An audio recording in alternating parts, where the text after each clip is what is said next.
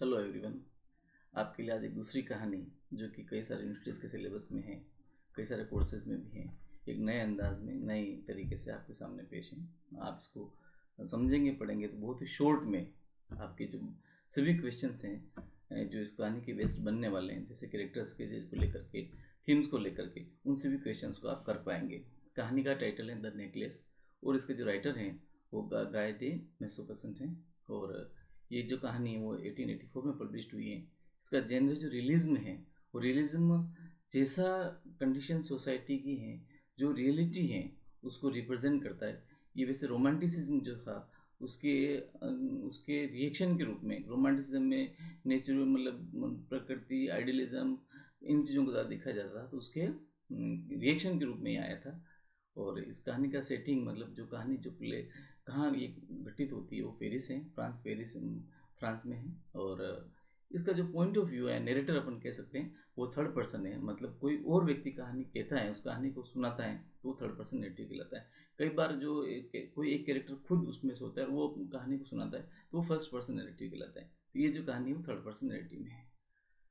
इसके बाद एक जो सबसे बड़ी बात आपके लिए इस कहानी में समझने वाली है और आपके लिए जो फायदे की है वो ये है कि किसी भी कहानी पर या ड्रामा, नोवेल, कई सारे जो लिटरेरी वर्क हैं उन पर जो क्वेश्चंस बनते हैं वो कैरेक्टर स्केचेस या थीम्स को लेकर बनते हैं। और प्लॉट तो उसका बेसिक है ही है। तो मैंने जो प्लॉट का जो ये आप देखें लगभग 1.5 पेज का है, इस प्लॉट के लिए जो डेवलप किया है उसी में इसके कैरेक्टर स्केचेस, थीम्स को भी शामिल करने की कोशिश की है। तो आप जो बच्चे हैं जिनको ज़्यादा याद नहीं कर पा रहे हैं वो इनको इसी प्लॉट को याद करते हुए कैरेक्टर्स के जो थीम्स को भी कर पाएंगे। उसके लिए इसको थोड़ा सा समझना ही पड़ेगा। इसका जो कलर पैटर्न है उस कलर के हिसाब से आपको उसमें जिस कलर के साथ जो है उसको आपको देख लेना। जैसे आप कैरेक्टर्स के जो मटिल्डे लोइजेल इसके बारे में आता है, तो ये जो क्या कह सकते हैं, येलो जो मैंने कर रखा है ये सब मटिल्डे लोइजेल के बारे में बताता है। जो भी मैंने येलो कलर में जो हाईलाइट कर रखा है वो मटिल्डे लोइजेल जो कि एक वाइफ है इस कहानी में, मैं आपको कहानी सुनाने जा रहा हूँ, तो वो उसके बारे में बताएगा। फिर इसी तरह से जिस मटिल्डे लोइजेल की जो कैरेक्टरिस्टिक है, थीम है, ब्यूटी मतलब सुंदरता की बात करती है वो, या सुंदरता को ज़्यादा पसंद करती है। सेल्फिशनेस उसके उसके नेचर में है, स्वार्थ है ना। और वेनिटी एंड बहुत ज़्यादा प्राइड, बहुत ज़्यादा गर्व उसमें जो है इसको उसकी सुंदरता को लेकर के, वो सब जो थीम है ये भी इसके ये जो येलो येलो मटेरियल हैं उसमें इसको रिप्रेजेंट करता है। तो आप इतने से को ढंग से याद करेंगे तो आपके जो क्वेश्चन की जो आंसर की शुरुआत है वो आप थोड़ा सा ढंग से कर पाएंगे। इसी तरह से एम लोइजेल जो है ये इसका हस्बैंड है, ये क्लर्क हैं, एजुकेशन डिपार्टमेंट में काम करता है। तो इसके बारे में भी, एम लोइजेल के बारे में आप देखें तो जहाँ जहाँ मैंने ये पिंक कलर कर रखा है वो सभी एम लोइजेल के बारे में बताता है। और उसी तरह से एम लोइजेल जो है वह बाई नेचर है ना, और कहानी में उसका जो जिस तरह का उसका काम है, जिस तरह का उसका रिप्रेजेंटेशन है, वो जेनरोसिटी, मतलब बड़ा क्या कह सकते हैं कि जेनरोसिटी का मतलब काइंड हार्टेड है ना, या जेनरस है दूसरों के प्रति, या मतलब केयर करने वाला, दया भाव रखने वाला, उदार मन वाला व्यक्ति है ना, उदार, तो उदारता वाला व्यक्ति है ये। और बहुत ही हार्ड वर्किंग है, बहुत मेहनती है ना, और अपनी वाइफ की बहुत केयर करता है। तो ये सब चीज़ें आपके इसकी जो कैरेक्टरिस्टिक है किसकी, एम लोइजेल की, वो उसमें आपको आप इसको एम लोइजेल के बारे में लिखना चाहेंगे तो ये सभी जो मैंने पिंक कर रखा है वो एम लोइजेल के बारे में बताता है ना। और प्लस उसकी जो कैरेक्टरिस्टिक है, एम लोइजेल का जो कैरेक्टर स्केच है वो उसका एग्जाम्पल भी है किसका, जेनरोसिटी का, हार्ड वर्क का और केयर का। ये इसकी थीम जो कहानी की बनती है, तो उसी के लिए आप थीम के लिए भी यही चीज़ें यूज़ करेंगे तो आपके लिए क्वेश्चंस को बनाने में आसान रहेगा। ऐसे ही आप देखें जेनी फोरेस्टियर जो कि एक फ्रेंड होती है किसकी, मेथिल्डे लोइजेल की। और मेथिल्डे लोइजेल जेनी फोरेस्टियर से एक क्या ये डायमंड नेकलेस उधार लेती है ना। तो ये जो जेनी फोरेस्टर जो है इसका आप कैरेक्टर स्केच लिखेंगे तो इसके जो मैंने आपको ये ग्रीन कलर में जो कर रखे हैं ये सब जेनी फोरेस्टर के बारे में बताता है। और दूसरा क्या बताता है कि कहानी में क्या क्या ऑनेस्टी, जेनी फोरेस्टर जो है वो ऑनेस्ट हैं, वो ये बता देती हैं कि क्या कह सकते हैं, पर जो नेकलेस है वो उसका था डुप्लीकेट था, है ना, it was a fake necklace, तो वो ऑनेस्टी के साथ बताती है। फिर वो इल्यूजन और रियलिटी, इल्यूजन और रियलिटी, इसके बारे में भी इस उसके कैरेक्टर से ये समझ में आता है, क्योंकि वो इल्यूजन को रियलिटी को दोनों, रियलिटी ऐसे है कि बहुत ज़्यादा पैसा हर कोई खर्च नहीं कर पाता है, जो धनवान लगते हैं वो भी रियली में धनवान जैसी चीज़ों को, कई सारी चीज़ों को इस तरह से नहीं खर्च करते हैं। डायमंड नेकलेस बहुत महंगा था तो उसके पास भी नहीं होता है, और वो उसको डुप्लीकेट जो फेक आर्टिफिशियल नेकलेस हैं उसको यूज़ करती हैं, तो वो ट्रूथ और रियलिटी को समझती हैं, है ना। इल्यूजन का मतलब आभासी दुनिया, रिच जो कल्चर है उसमें कई सारी चीज़ें आभासी हैं, रियल नहीं है, तो वो भी इन चीज़ों के उसके उसके कैरेक्टर से ये चीज़ें मालूम पड़ती है। ऑनेस्टी, वो ईमानदार है, मतलब 36,000 पाउंड्स का जो है उसका डायमंड, रियल डायमंड, उसकी रियल वैल्यू, उस डायमंड और उसका जो फेक था वो 400 पाउंड्स की था, तो उसकी रियलिटी उस फ्रेंड को बताती है, बाकी यदि किसी को ऐसा होता तो बताता ही नहीं। तो ये जो सब हैं, देखिए कैरेक्टर स्केच और थीम्स दोनों ही आपके इस प्लॉट में शामिल हो जाएंगे, तो आप इसको थोड़ा सा पढ़ें, अपन इसको पढ़ते हैं लाइन टू लाइन। मैं आपको हिंदी बताने की कोशिश भी करूँगा ताकि आप इसको समझ भी सकें। बहुत बेसिक है, बहुत ईजी है, जो बच्चे डिटेल में पढ़ना चाहते हैं या उनको जो डिटेल नोट्स चाहिए, मेरे पास मैंने लीड चार्ट्स वगैरह के नोट्स भी बाय कर रखे हैं, दूसरे भी कर रखे हैं, तो आप मुझे मैसेज करना, मैं आप लोगों को भेज दूंगा। मेरा नंबर है 9413604588। आप वापस सुन लें, 9413604588। आपको नोट्स चाहिए लीड चार्ट्स के या दूसरे, आप मुझे मैसेज करिएगा, मैं आपको भेज दूँगा, क्योंकि परचेज करके मैंने तो पैसे देके एक बार परचेज कर लिए, आप लोगों को काम आते हैं तो अच्छी बात है। वो डिटेल स्टडी के लिए बेसिक आप इसमें से देख लें।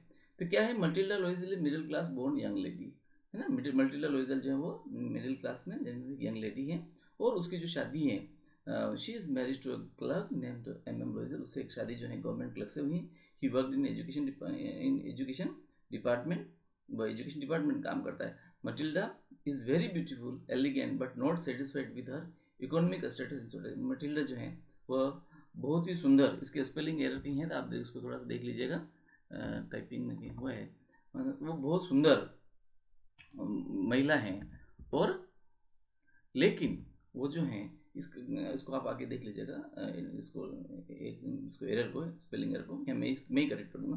तो ये जो है बहुत सुंदर महिला है, लेकिन उसको, और बहुत एलिगेंट का मतलब बहुत सभ्य तरीके से, या यूँ कह सकते हैं प्राइड के साथ रहने वाली, है ना। एलिगेंस जो है ना, नेचर में ग्रेस होना, तो वो भी उसके हैं, लेकिन उसका जो इकोनॉमिक स्टेटस है वो उससे सेटिस्फाइड नहीं है। She always wants to present a high status in society, वह हमेशा, ये लाइन टू लाइन देखिए बेटा, है ना, ये मैं इसको, she always wants to present high status in society, वह सोसाइटी में हमेशा अपने आप को एक हाई सोसाइटी के तौर पे, रिच के तौर पे प्रस्तुत करना चाहती है, लेकिन due to her lower economic status she is always sad and can't enjoy her present life. लेकिन चूंकि उसका जो आर्थिक स्थिति वो कमज़ोर है, तो वो उस वजह से उसके जो प्रेजेंट स्टेटस, उसकी जो वर्तमान स्थिति है, उसके बच्चे हैं, परिवार है, वो उसको एंजॉय नहीं कर पाती। इसलिए ये कहा है कि प्राप्त हैं वो पर्याप्त हैं, ये सिद्धांत जीवन में अपनाना चाहिए, पर वो शायद अपना नहीं पाती है, और इसकी वजह से उसकी लाइफ में कई सारी प्रॉब्लम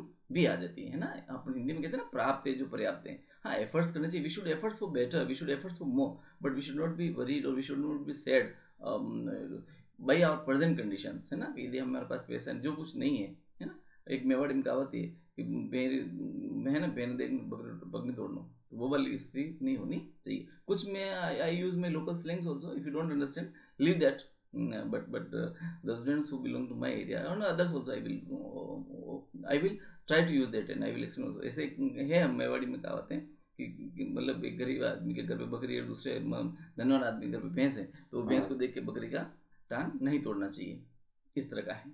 अच्छा अब देखें, one day her husband gets an invitation for a dinner party. अब देखिए वो उसकी प्रेजेंटेशन, पहली बात ये होगी, पहले पैराग्राफ में क्या बात होगी, मटिल्डा कैसे क्या देती है। दूसरा जो पैराग्राफ मैंने इसको डिवाइड किया वो क्या है कि one day her husband gets an, one day, आप इसको लाइन टू लाइन भी मैं आपको हिंदी बता रहा हूँ बट आपको समझने याद करने में सही रहे। One day her husband gets an invitation for dinner party by education minister. एक दिन उसके हस्बैंड को एजुकेशन मिनिस्टर, शिक्षा मंत्री से डिनर पार्टी के लिए एक इन्विटेशन मिलता है। The party is to be join by the official and elegant fraternity. ये जो पार्टी है इसमें बड़े बड़े लोग है ना, जो धनवान हैं, अच्छे ऑफिसर हैं, वो सब आने वाले होते हैं। He gives this invitation card with enthusiasm to his wife, वो जो ये जो इन्विटेशन कार्ड है, एंथुजियाज्म का मतलब उत्साह के साथ अपनी वाइफ को देता है। कौन देता है? एम लोइजल, है ना। और जब अच्छी पार्टी का इन्विटेशन मिला तो उसको क्या होना चाहिए? वाइफ को खुश होना चाहिए। लेकिन चूंकि वो लाइफ को नेगेटिव अप्रोच के साथ देखती है कि मेरा घर अच्छा नहीं है, मेरा हस्बैंड के पास पैसा नहीं है, मैं गरीब हूँ, कमज़ोर हूँ, जबकि मैं तो बहुत सुंदर हूँ, मुझे अच्छे परिवार में होना चाहिए था, ये उसके मन में जो कुंठा है वो उसको खुश होने नहीं देती। इसलिए व्यक्ति को कुंठित नहीं रहना चाहिए। एक व्यक्ति जो मजदूर है, मतलब दिन के 500 रुपये भी कमा रहा है, चाहे दिन के 5000 कमा रहा है, वो खुशी को पैसों से या धन धान्य से कंपेयर नहीं किया जा सकता। खुशी अपनों के साथ, परिवार के साथ, मन से और अपनी भावना से आती है। जिस व्यक्ति का जैसा एटीट्यूड, जैसा दृष्टिकोण जीवन के प्रति है, वो उसी तरह से खुश रह सकता है। तो वो इन्विटेशन दे, लेकिन खुश नहीं होती है। और वो उस इन्विटेशन को देख करके क्या होता है, देखो, she becomes sad while receiving the invitation, urges to get a new dress for both. तो उसको जो है वो रिसीव तो करती है, और जब उसके बारे में बताता है कि एजुकेशन मिनिस्टर की ओर से आने वाले इसमें बड़े लोगों ने, तो बड़े शी बिकम सैड, वो दुखी होती है रिसीविंग, प्राप्त करते हुए, इन्विटेशन को प्राप्त करते हुए। और एक कहती है मेरे पास अच्छी ड्रेस नहीं, अर्जेस का मतलब चाह करना, मांगना। तो एक नई ड्रेस के लिए मैं पार्टी में जाऊँगा, मुझे नई ड्रेस चाहिए। अब हस्बैंड कहता है कि भाई ड्रेस तेरे पास पहले से है ना। देखो आप, मैं जो लाइन की हिंदी बता रहा हूँ आपको बताऊंगा, उसके अलावा बाकी जो कुछ एक्स्ट्रा बताऊँ उसको आप समझने की कोशिश करना। कहता है, करेगा आपको, तेरे पास ड्रेस तो पहले वाली है जो अपन भी गए थे पार्टी में, वो पहन ली। तो नहीं, वो तो इसकी इस पार्टी की लाइफ ड्रेस नहीं। हस्बैंड कहता चलो भाई ठीक है, नहीं है तो मैं तेरे को, द हस्बैंड गिव्स और 400 franc to buy dress which he has saved to buy rifle for lark hunting in coming summer. तो जो हस्बैंड है वो काफ़ी लंबे टाइम से पैसे बचा रहा होता है, और ऐसे बचा बचा के उसने 400 फ्रैंक जो हैं इकट्ठे किए होते हैं। और वो क्या, किस लिए किए होते हैं? कि वो आने वाले टाइम में एक राइफल खरीद सकें, और उसके फ्रेंड्स और वो सब लोग जो हंटिंग पे जाते हैं, जैसा कि वेस्टर्न उधर जो है इस तरह का कल्चर, तो लोग वेकेशंस में हंटिंग करते हैं, और वो हंटिंग उनके लिए दोनों ही तरह से बेनिफिशियल है कि even that one eating, physical exercise, enjoy, what ever it is, it includes everything. तो वो हस्बैंड जो है शिकार पर जाने के लिए, लार्क जो है उसके शिकार पर जाने के लिए दोस्तों के साथ में राइफल खरीद सके, उसके लिए वो पैसे इकट्ठे करता है। लेकिन वो पैसे जो है 400 रुपीज़ किसको देता है? उसकी वाइफ को देता है, ड्रेस खरीदने के लिए। अब देवी जी ड्रेस खरीदती है। After buying of dress she demands for jewellery. अब वो जब ड्रेस खरीदती है फिर दुखी होती है, मेरे पास तो कोई ज्वेलरी नहीं है। हस्बैंड कहता है भाई इसको किसी न किसी खुश तो रखना है, मनाना है ना। व्यक्ति परिवार में हर व्यक्ति एक दूसरे को मनाने की कोशिश करता है, कभी भी कोई नाराजगी बात होती है। तो her husband suggest her to borrow it from her pen friend M Forestier. तो फिर उसका हस्बैंड क्या कहता है कि ये जो है काम कर, तेरी जो सहेली है एम फॉरेस्टर, है ना, उससे तू कोई ज्वेलरी उधार ले ले, एक नाइट की बात है, ले ले, है ना। और उसको भी बड़ा लगता है खाने से। तो she borrowed a necklace from her, वो किससे? एम फॉरेस्टर से एक नेकलेस ले लेती है। ठीक है, एम लोइजल इन हर, अब ये पैराग्राफ खत्म हो गया, है ना। उसने वो नेकलेस उससे मांग लिया, ले लिया। अब M Loisel and her wife Matilda Loisel, actually क्या है, ये फ्रेंच नेम है। मैंने जिसमें पढ़ा था किसी बुक में, सॉफ्ट कॉपी में, उसमें स्पेलिंग अलग थी इसमें अलग स्पेलिंग आई। बुक में पढ़ा किसी में, आप देख लीजिएगा जो भी राइटिंग स्पेलिंग और देख लीजिएगा स्टोरी में ना। तो M Loisel and her wife Matilda Loisel, वैसे मैंने करेक्ट कर दिया, करेक्ट की है। एम दे दोनों जो हैं वो पार्टी को अटेंड करते हैं, और उसको खुद पार्टी को एंजॉय भी करते हैं, है ना। ये देखो हैप्पीनेस की बात है, जो हैप्पीनेस की थीम है ना, ये लाइन उसमें भी आएगी। और मटिल्डा लोइजल जो है वह अप्रिशिएटेड बाय हर हस्बैंड, उसका हस्बैंड उसकी बहुत तारीफ करता है। And everyone present in the party for her beauty and appearance, वो जो है हर व्यक्ति जो पार्टी में होता है वो उसकी तारीफ करता है कि भाई ये तो बहुत सुंदर है, और नेकलेस बहुत ही सुंदर लग रहा है। शी फील्स वेरी हैप्पी, उसको बहुत अच्छा लगता है, किसको? मचिल्डे को, है ना। And presents herself as a rich women, और वो अपने आप को एक रिच महिला की तरह प्रेजेंट करती है। कौन? मचिल्डे। और वो हमेशा ही चाहती है ना मैं रिच दिखूं, अच्छी रहूं। अब वो पार्टी खत्म होती, और देखो इस पार्टी के बाद जो आप पूरी कहानी डिटेल में पढ़ेंगे तो आपको बड़ा लगेगा कि लोग बाग अपने अपने साधन चले जाते हैं। ये दोनों पति पत्नी बाहर आते हैं और अपने लिए साधन ढूंढने के लिए कैब ढूंढते हैं, फिर कैब नहीं मिलती है, थोड़ी दूर पैदल चलते हैं। जो स्थिति इंसान की होती है ना, उसमें खुल के रहना चाहिए। मैं तो ये कहता हूँ, आपके पास गाड़ी है आनंद से चलाओ, मोटरसाइकिल है आनंद से चलाओ, घर बड़ा है आनंद से रहो, छोटा है उसमें भी आनंद से रहो। बाकी चीज़ों को ढकने की, छिपाने छुपाने की कोशिश करोगे तो आपको कई सारी चीज़ें उसके उजागर होने की चिंता भी रहेगी और हमेशा टेंशन में रहोगे, और जो भविष्य के लिए अच्छा काम करना है वो भी नहीं कर पाओगे। तो हर व्यक्ति को अपने यथार्थ में जीना चाहिए, और दुनिया से इस तरह से मतलब हिचकना नहीं चाहिए कि यार मैं ये हूँ तो लोग मेरे बारे में क्या कहेंगे। जो है, जो अच्छा हो, मतलब भाई कहते हैं ना, मेवाड़ी में कहावत है, चोरी अनेरी लाज है ना। आप लोग भी चोरी करें या किसी के साथ अन्याय करें तो उसकी शर्म आनी चाहिए, बाकी किसी चीज़ की शर्म, अपनी परिस्थितियों की शर्म नहीं आनी चाहिए। अब वो दोनों घर आ जाते हैं। On returning the they hired a cab and reached home. घर पे मतलब एक कैब हायर करके घर आ जाते हैं। मटिल्डा लोइजल, ये स्पेलिंग वाला इशू मेरे को पहले देख लेना चाहिए था। मटिल्डा लोइजल जो है वो loss the necklace in the cab और एट एनी अदर प्लेस। ये जो इसका जो नेकलेस है, अब वो जो घर आती है ना, इस कहानी को आप पूरा पढ़ेंगे तो उसको लगता है कि लास्ट बार मैं अपने आप को कांच में और देख लूँ। मिरर के सामने जाती है और देखती है, उसको गले में वो नहीं दिखता है ना डायमंड, और एकदम टेंशन में कहाँ गया। हस्बैंड को पूछती है, कहता है केब वाले का नंबर ले गया, नहीं नंबर तो चलो। तो फिर हस्बैंड जो है उसको पूरा रास्ते में जहाँ जहाँ से वो आए होते हैं, उस पूरे थका हुआ आदमी, देखो आप कितना वो क्या कह सकते हैं, जेनरस भी हैं, करेजियस भी हैं, हार्ड वर्किंग भी हैं, कि वो वापस उस पूरे रास्ते ढूंढने जाता है। शी एंड हर हस्बैंड, और उसको नेकलेस नहीं मिलता है। फिर उस हस्बैंड कहता है क्या करें, वो हस्बैंड कहता है चलो उसको नया खरीद के देंगे। तो she and her husband buy another necklace to return it to M Forestier. अब जिस एम फॉरेस्टर को देने के लिए ये नया नेकलेस खरीदते हैं। और एम जो लोइजल है ना, M Loisel gives his inheritance of 18,000 franc. अब ये जो नेकलेस लेने जब जाते हैं, इस नेकलेस की जो कॉस्ट है वो 40,000 होती है फ्रैंक, और उसको बातचीत कर पूरा के 36,000 फाइनल होता है। अब 36,000 देखिए कितना महंगा होता है। उसकी कुल बचत ही 400 फ्रैंक थी, जो उसने किसके लिए दे दी, कपड़े खरीदने के लिए दी, उसने ड्रेस खरीद ली। अब उसके पास कुछ सेविंग भी नहीं है। तो जो 18,000 उसको इनहेरिटेंस, मतलब अपने को जैसे जमीन जायदाद मिलती है ना पापा अपने पूर्वजों से, वैसे ही इनको इसको अपने पिताजी से, अपने पूर्वजों से 18,000 जो है फ्रैंक इसको किसमें मतलब क्या कहते हैं उसको, पितृ में ना, वंशानुगत संपत्ति है ना, इनहेरिटेंस, वंशानुगत संपत्ति के रूप में इसको मिलते हैं। तो वो भी उसको दे देता है, किसके लिए, डायमंड नेकलेस खरीदने के लिए। और बाकी 18,000 के लिए, क्योंकि देने कितने कुल 36,000, ऑब्जेक्टिव क्वेश्चन आ सकता है। तो वो 18,000 तो उसके पास जो इनहेरिटेंस के रूप में मिला है, मतलब वंशानुगत जो प्रॉपर्टी मिली है वो दे देता है, और बाकी 18,000 वो अलग अलग जगह से लोन लेते हैं। अब ले लिया लोन, तो उस लोन को चुकाना है, तो वो लगभग it took 10 years to repay the borrowed amount, है ना। तो ये लगभग 10 साल उनको लोन चुकाने में लग जाते हैं। For which both husband and wife did different other extra over time works. और इसके लिए हस्बैंड और वाइफ, हस्बैंड उसका जो क्लर्क है, उसको अलग अलग काम करना, किसी बिजनेसमैन के यहाँ जाकर के शाम को उसका रिपोर्ट तैयार करना, उसका बिजनेस अकाउंट तैयार करना, नोटबुक तैयार करना, ट्यूशन कोचिंग पढ़ाना, ये सर काम करता है। ये जो मटिल्डे जो वाइफ है, ये घरों में काम करती है, मेड का काम करती है, कपड़े धोती है, डिशेज करती है ना।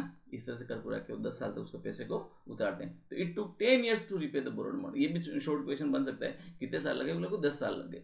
For which both husband and wife did different, for which husband and wife did different extra over time work. ये दोनों जो हैं एक्स्ट्रा ओवर टाइम वर्क करते हैं, कितने साल तक, 10 साल तक।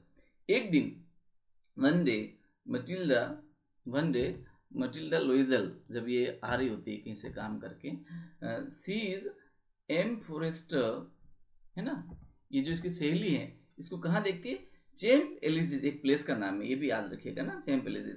उसको देखती है और उसको कहती है हाय फॉरेस्टियर। तो उसको पहचानती है, मैंने तेरे को नहीं पहचाना, क्योंकि एक तो काम करने के बाद जब व्यक्ति मेहनत करता है ना, तो उसकी जो एलिगेंसी है, उसकी जो सॉफ्टनेस है, वो चेंज हो जाती है ना। मजदूर कहते हैं ना, मेरे हाथ की रेखाएं जो है वो मेहनत से अपने आप बदल जाती है, बीट जाती, नहीं बन जाती। तो उसके जो बॉडी जो फीचर्स हैं वो काफ़ी चेंज हो जाते हैं, उसकी ब्यूटी गायब हो जाती है, वो एक स्ट्रॉन्ग लेडी के तौर में बन जाती है। कौन, मटिल्डा लोइजल। और क्यों बनती, क्योंकि पिछले 10 साल से वो हार्ड वर्क कर रही है। किसके लिए कर रही है, वो डायमंड खो गया और उसने असली डायमंड खरीदा, 36,000 उसको दिया। और उसको कहती है कि मैं तो वो कहती है मैं पहचाना नहीं। तो फिर उसको बताती है एम फॉरेस्टर को, कौन, मटिल्डा लोइजल, कि मैं tells her incident of the lost necklace with pride, बड़े गर्व के साथ बताती है। फिर उसको लगता है कि देख, मैं तेरा नेकलेस लाई थी, मेरे से खो गया, हमने नया खरीद के तेरे को दे दिया।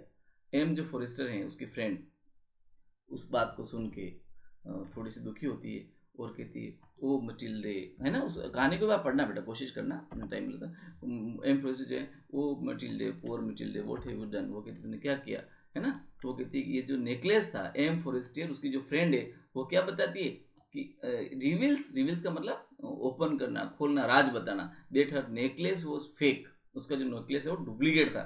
कॉस्ट ओनली 400 पाउंड्स, केवल कितना कॉस्ट थी उसकी, 400 पाउंड्स। अब देखो इसके मन में, किसके, मटिल्डे लोइजल के मन में ये था कि यदि मैं मेरी फ्रेंड को बताऊंगी कि तेरा नेकलेस खो गया है, तो एक तो मैं वो मेरे को मतलब मांगेगी तो मैं उसको तुरंत दे नहीं पाऊंगी, तो मेरी गरीबी पकड़ में आ जाएगी, तो मुझे सब छुपाना है। ये इल्यूजन है ना, रियलिटी और इल्यूजन के बीच में जो है वो रियलिटी और इल्यूजन वाली बात। रियलिटी मतलब वास्तविकता नहीं बताई, इल्यूजन का मतलब छिपाया। और ये जो नेकलेस था वो भी ओरिजिनल नहीं था, तो ये भी फेक नेकलेस है। तो ये भी एक मतलब क्या है, इल्यूजन है, आभासी है।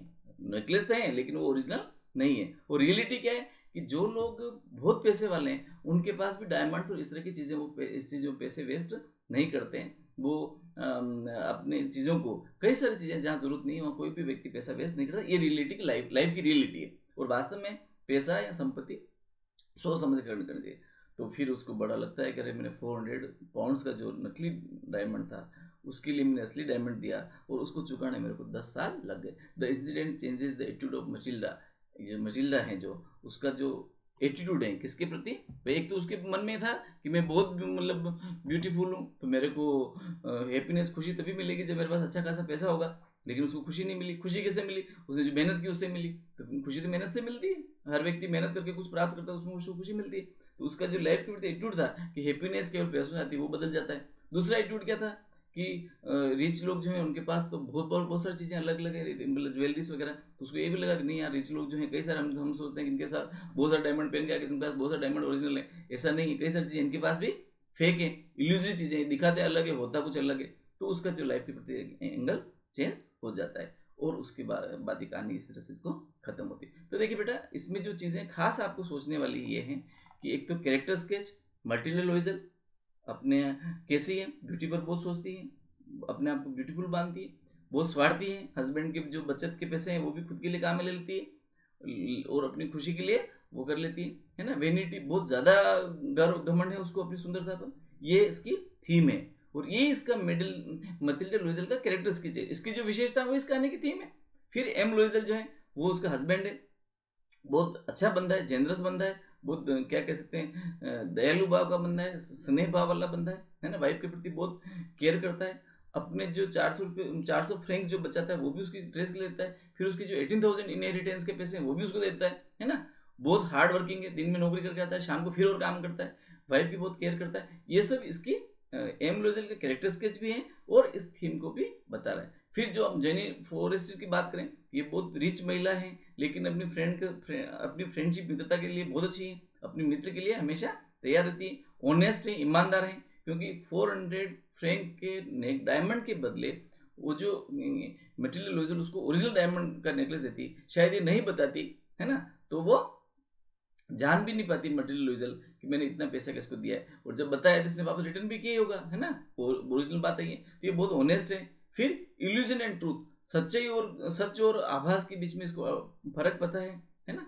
और बाकी हैप्पीनेस, ये अपनी लाइफ के साथ में बहुत हैप्पी रहती है। और इसको हैप्पीनेस का जो रियल मीनिंग है वो इस स्टोरी के एंड में पता लगता है। तो इसकी जो थीम्स हैं वो भी इस प्लॉट में कवर हैं, इसके जो कैरेक्टर स्केचेस हैं वो भी इस प्लॉट में कवर हैं। तो आप लोगों को थोड़ा सा जिन बच्चों को याद करने में कि यार मैं इंग्लिश को ऐसे कैसे, थोड़ा सा क्वेश्चन खुद लिखने में थोड़ा सा कहीं ग्रामेटिकल कहीं एरर हो रहे हैं, तो आप थोड़ा सा टाइम दे करके ये जो जैसे मटेरियल लोइजल लिखा कैरेक्टर स्केच में और उसके सामने जो येलो येलो वाला जो पार्ट है उसको आप लिख लें, थोड़ा बहुत चेंज करना पड़ेगा, मॉडिफाई कर लें, हल्का फुल्का, ज़्यादा नहीं करना पड़ेगा।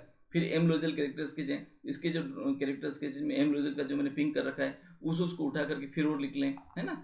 और फिर जो है ये क्या कह सकते हैं, जेनी फॉरेस्टर, उसमें जो ये लास्ट में जो है उसको आप लिख लें। तो ये आप कैरेक्टर स्केचेस के लिए भी अलग से फिक्स लाइनें हो जाएगी आपकी। फिर थीम्स की जो बात करें तो उसमें भी ब्यूटी, सेल्फिनेस और वेनिटी लिखें, उसके सामने डैश लगाएं और जो जो येलो पार्ट है वो लिखेंगे, तो ये इसमें थीम में भी काम आ जाएगा। फिर जेनरोसिटी, हार्ड वर्क, केयर, ये लिख करके इसमें ये जो पिंक पिंक वाला पार्ट है उसको आप इसके साथ लिखेंगे, ये उस थीम को एक्सप्लेन कर देगा। और ऑनेस्टी, इल्यूजन एंड ट्रूथ, है ना, और फिर हैप्पीनेस, इन चीज़ों का आप, ये जो थीम के जो पार्ट हैं इसको लिखने के लिए भी आप लास्ट के जो लाइन्स हैं उनको आप कर लेंगे। नहीं समझ में आए तो आप मेरे मोबाइल नंबर पे मैसेज कर दें, व्हाट्सएप पर मैसेज कर दें किसी को, सर आपने क्या समझाया, ये कलर वाला सिस्टम मुझे समझ में नहीं आया, तो मैं आपको और बता भी दूंगा। बेटा मेहनत करें, बहुत अच्छे नंबर लाएं, और इस चैनल को सब्सक्राइब भी करें, शेयर भी करें और लाइक भी करें, ताकि मैं आप लोगों के लिए और कोई नए तरीके से आपको पढ़ाने की कोशिश कर सकूं। Thank you so much.